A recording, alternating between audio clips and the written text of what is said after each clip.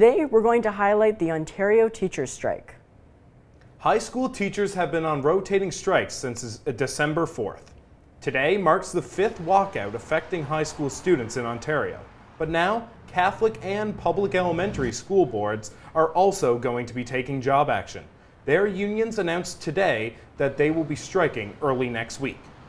Catholic and public elementary boards in Toronto, York, and Ottawa, Carleton will be on strike Monday, Tuesday. 9 other districts are walking off the job and all schools will be shut down in the areas listed. The Ministry of Education responded to this latest strike announcement by saying that parents whose children are in grades 1 to 7 will receive $25 for every day they are affected by the closures. Parents of secondary school students won't get any funding. However, if their children have special needs and are under 21, they will receive $40 per day.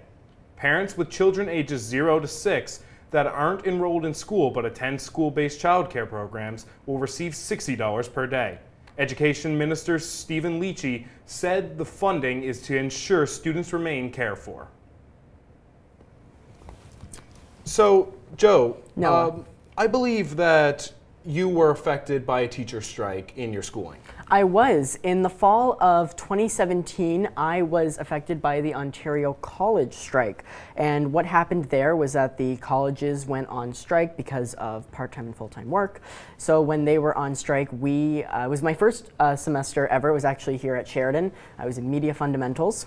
Going into college, it was a really unique experience to go on to reading week. Your first reading week, you're like, yes, first break from studies, and then you just don't come back for 7 weeks. It was very extended. We didn't really know what was going to happen. Our big suspicion was that when they came back, we'd most likely get pushed into a spring/summer semester. That was what we believed what was going to happen, but that wasn't the case actually. After coming back from 7 weeks off, we had to finish our first semester in 2 weeks. So that was really stressful, of course, because we were coming back with lots of midterms. Some teachers had us taking midterms 1 week and finals the next. A few of my classes actually did completely abolish the midterm, which was very nice. Most people were really accommodating and trying to help us, of course, feel less stressed about it and trying to work with us. So it was really much an abridged semester. Missed out on doing some fun projects and some things that I think would have been very useful, of course, to my education. And just that whole semester was then suddenly rushed. And then our second semester ended up being rushed because, as you know, we start in January with our next semester, but we started right at the end on the cusp of February. So because of that now, we are condensing the second semester as well. Not as much as the first semester was condensed, of course, but still condensing that semester. So it was definitely very stressful, a very interesting time, and definitely it hurt the students. And there were just times where I think, personally for me, but I also think with a lot of students who I talked to, we just felt that it was a bit personal to them that the government didn't care.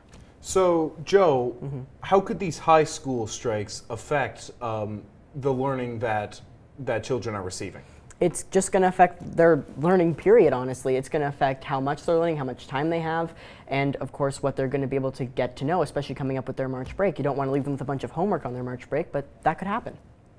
So these strikes have been going on for a while.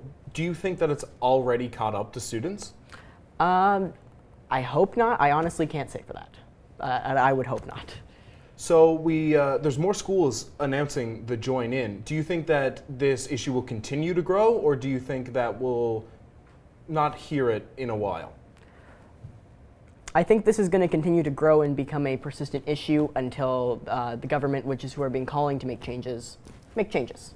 Thank you for your insight, Joe. Thank you.